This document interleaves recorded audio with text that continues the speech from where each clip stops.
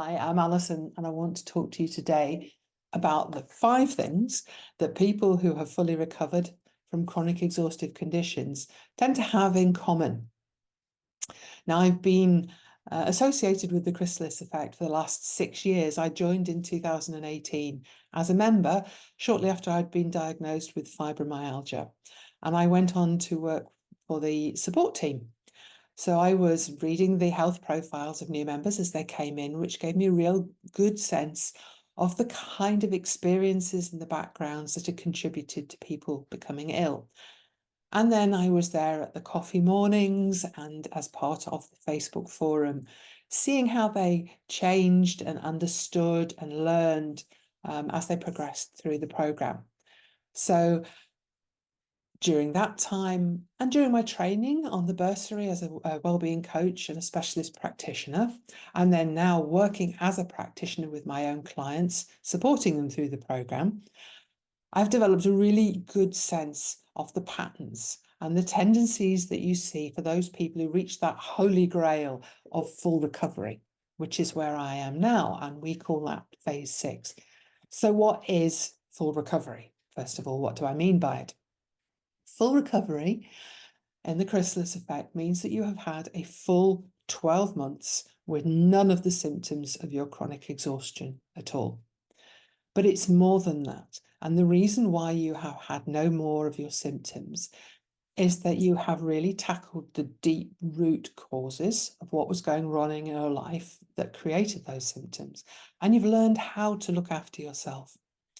So it goes beyond the kind of pacing that's often taught in clinics, where you look at it as you have a finite amount of energy and you have to eke it out during the day to be able to do the basics of life. When you're fully recovered, you have an understanding of the normal limitations of the human body and the need for balance and self-care. So periods of rest and relaxation, as well as periods of energy and activity and work.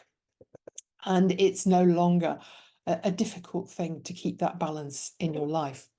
And that means that now, as somebody who's fully recovered, I am able to go out walking in the hills, kayaking, or doing some quite heavy work in the garden.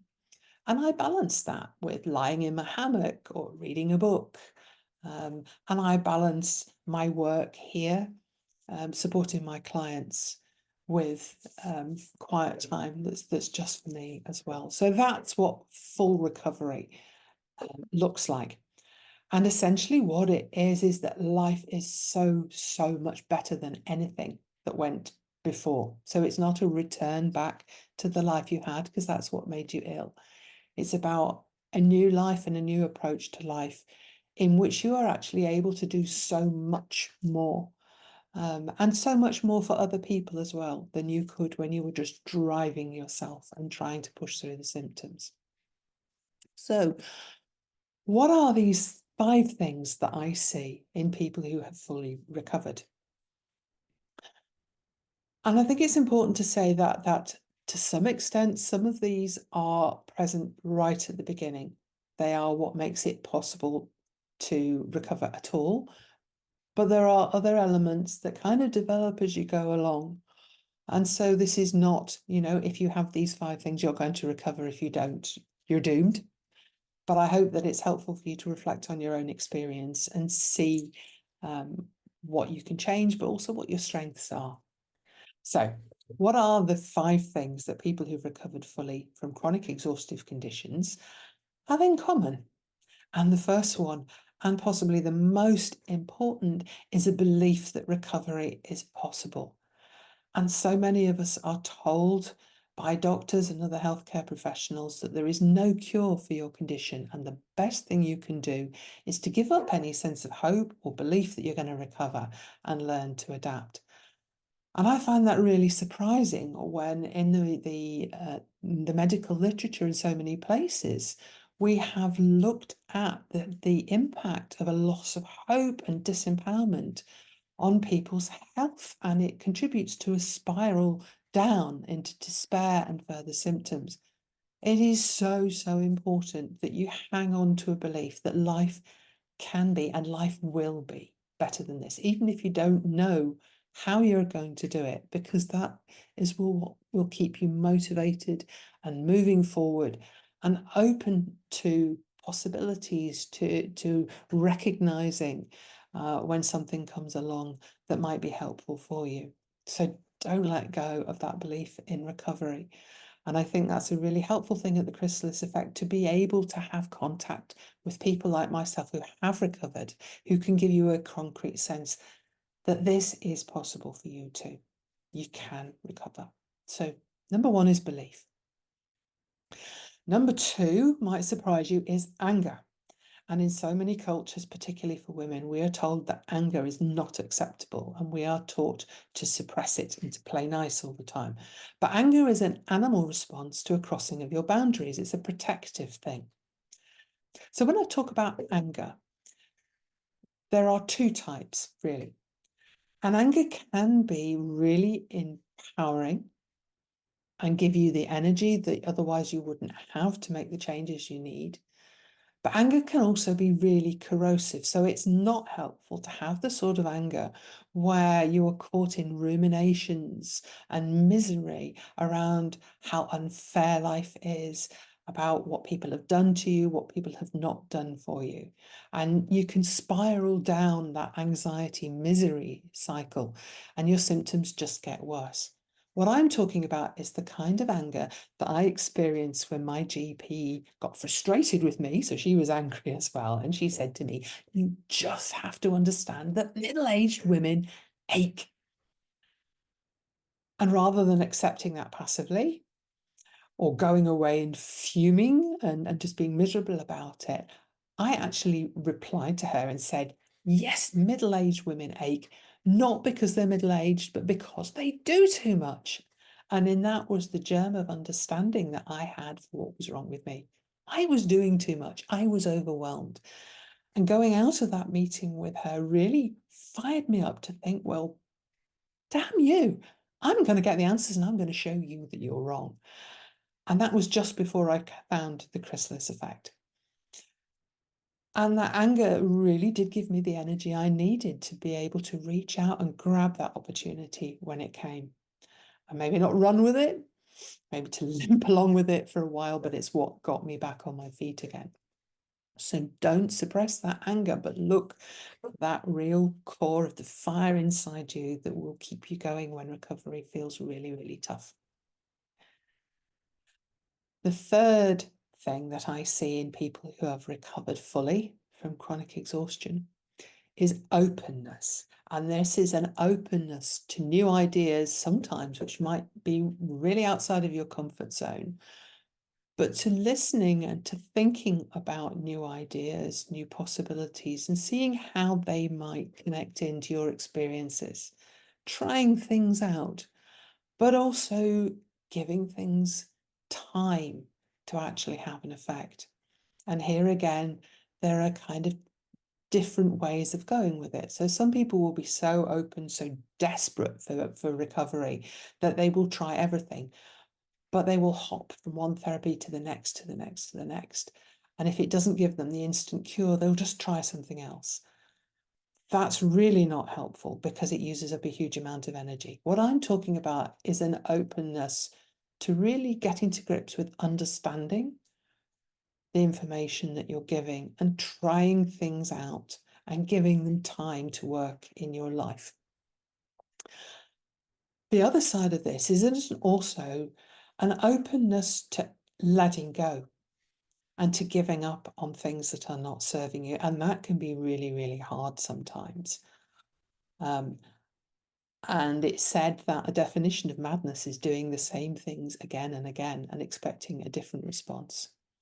Sometimes we need to stop doing that thing repeatedly and to leave it behind. Sometimes we need to walk away from the people who are making us ill. And the people who recover fully are the ones who are open to letting go of what doesn't serve them and what makes them ill. And that's one of these things that changes over time. So when people join the Chrysalis Effect, one of the first things they're asked to do is to sign a promise that they will do whatever it takes to get well. And that really is an important part of the mindset for recovery, is a willingness that I am not going to stay like this forever. I am going to do whatever it takes. But sometimes the things that you think you're going to need to do are really quite daunting, as I've said. And so when I signed that promise at the beginning, I meant it, but there was an element of my crossing my fingers and thinking, yes, but please don't ask me to leave work, or, various other things. Please, please don't let that be the cost of my recovery. But as I worked through the program and as I began to understand why I was ill and what the root causes of my symptoms were, I could actually understand better those things that I needed to change. And when it came to the point of needing to let go, it was so much easier. So there is an openness to new ideas and an openness to letting go to what doesn't serve you. That's number 3. Number 4 is a big one and a very difficult one. And this is one that requires time and effort and understanding. And number 4 is acceptance. Now, I don't mean the kind of acceptance when your doctor tells you that there is no cure and you just have to give up. You just have to accept that you're ill and live with it. That's not so much acceptance, that's resignation. Acceptance is recognizing this is what life is now, and it is awful, but it's not forever. It's saying, I am ill, I'm exhausted, I am in pain, I am no longer capable of working or running or whatever else it is that you want to do, and that there is no point in pushing through, trying to make yourself do those things. Pushing through is making you worse.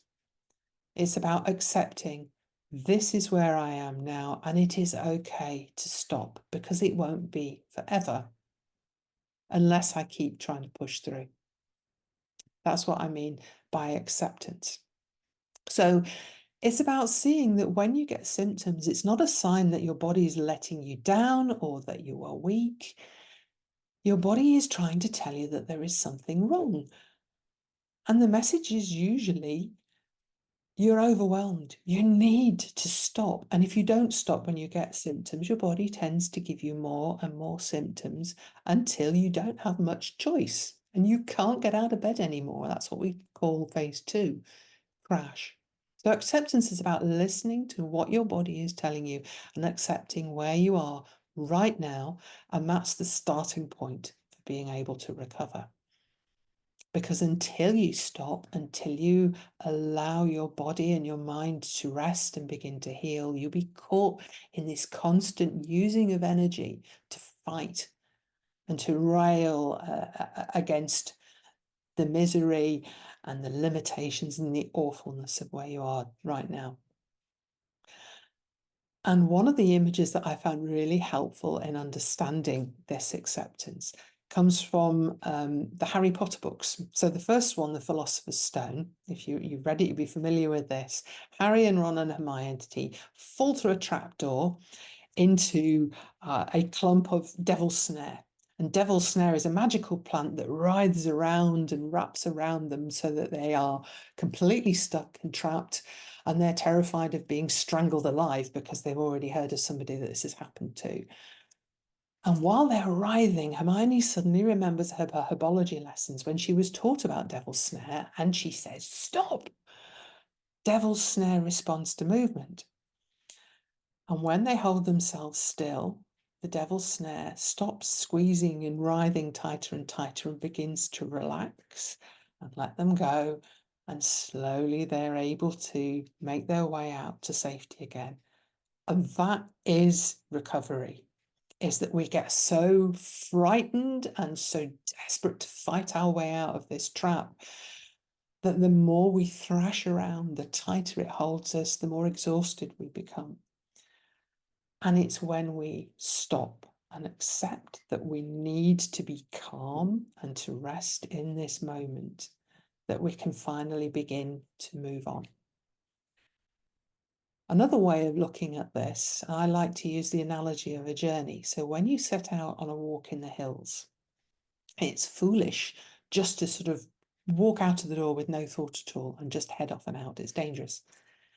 So what you need to do is you need to have a map so you know where you're going and you can guide yourself. So you have a compass and you make sure you know, which are the safe routes, where are you going to go? You tell somebody where you're going in case anything goes wrong. You make sure that your phone's fully charged. You make sure you've got your raincoat and food and water. So all of that, actually stillness, stopping, planning at the beginning of the journey is what makes it successful. And it's the same thing in recovery, is accepting that before you really begin making any changes, do anything, you need to have a period where you learn to slow your mind and to rest your body, to prepare yourself. And then what happens, and it feels like magic sometimes, is that your mind actually begins to clear and you can see opportunities, you can understand what you need to do. And rather than reacting all the time, you can begin to take control of your life and step by step move towards recovery again. So acceptance really is such a big part of recovery and something that I do see in all of those people who have recovered fully from chronic exhaustion. So that was number 4, acceptance. And number 5, these are all big really, aren't they? 5, support.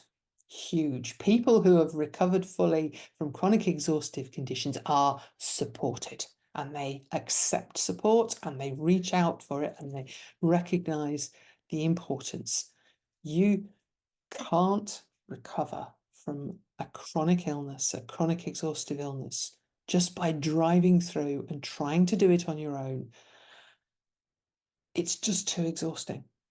And there is so much support out here, but often people can't see it because by the nature of these illnesses, they cut us off from our friends. They damage our relationships. People drift off or people reject us when we're no longer useful to them, when we're no longer fun, when we become so bound up with talking about symptoms that we actually become boring and they don't want to be with us anymore. We lose touch with people simply because we can't get out of the door anymore. And we become more and more isolated and inward looking. And it becomes harder and harder to see a way forward. So when we're thinking about support, polyvagal theory tells us that the highest level for our nervous system when we feel most relaxed and happy and safe is when we are well connected, because human beings are social animals. We're not meant to be isolated and alone. But we also need to be with the right people. And so for those people who have fully recovered, they have not only reached out for the support that was offered to them and that was available to them, but they've also looked hard at who are the people they're spending their time with and made hard choices sometimes to move away from people who actually contribute to their illness. So I'm thinking here about people who, first of all, tell you there is no hope and undermine that sense of belief, who disempower you, people who criticize or belittle you, people who make you walk on eggshells around them all the time for fear of getting it wrong, people who drive you, who chivvy you along and tell you that you've just got to try harder. Often people who actually are using you for their own ends. They need you to do things for them. And those are the people who will wheedle and cajole and try and persuade you that you need to do more or you need to do what they say you should be doing. And then another group of people to look out for are those people who are nice, who make it really difficult to move away from them, but you just feel utterly drained every time you've been with them. And quite often they are the people who need you to stay ill because they want to feel needed and useful. They need somebody to care for, but they can hold you trapped in your being the patient and their being the carer. And they will often use niceness as a way of doing that. So these are all the people who it is not healthy to be connected with, and that is important to disentangle yourself from, to spend less time with, so that you can spend more time with the people who really light you up and make you feel energized, the people who see you and value you for who you are, who give you confidence and will pick you up on the days when you're really finding it hard to believe in yourself anymore. So that's number 5, support. The people who recover are the ones who stop trying to power through on their own, thinking that they can do this by themselves, and who recognize that other people are there, willing and able to reach out and support them, encourage them. So those are the 5 things that I see that those people who've recovered from chronic exhaustive conditions have in common. So just to recap, number 1, belief that recovery is possible and a concrete hope that will keep you motivated and moving forward, even if it's only a tiny step every day. Number 2, anger, the kind of anger that energizes you and again keeps you moving forward rather than spiraling into despair. Number 3, openness. Openness to new ideas, to trying things that maybe you'd not thought of or might be a bit uncomfortable with, but also an openness to letting go of what doesn't serve you, what's feeding your symptoms. Number 4, acceptance. An acceptance of how things are now and working with that, however awful it is, allowing yourself to rest, to feel what you need to feel, knowing that this will pass because everything passes and that life will get better. And then finally 5, support. Reaching out, asking for help, accepting help when it's offered, and connecting with other people who really value you for who you are and are happy to be part of your recovery journey. So I hope that that's been helpful and that you can actually relate that to some of the ways in which you've been thinking and behaving, and that it will help you to join those of us who have made it through to phase 6, however long it's taken, full recovery, and all the joys and the sense of purpose and meaning in life that brings. If you found this video helpful, please do click on like below and subscribe to my channel. You might also like to hop across using the links to my Facebook or LinkedIn pages where you'll find much more content.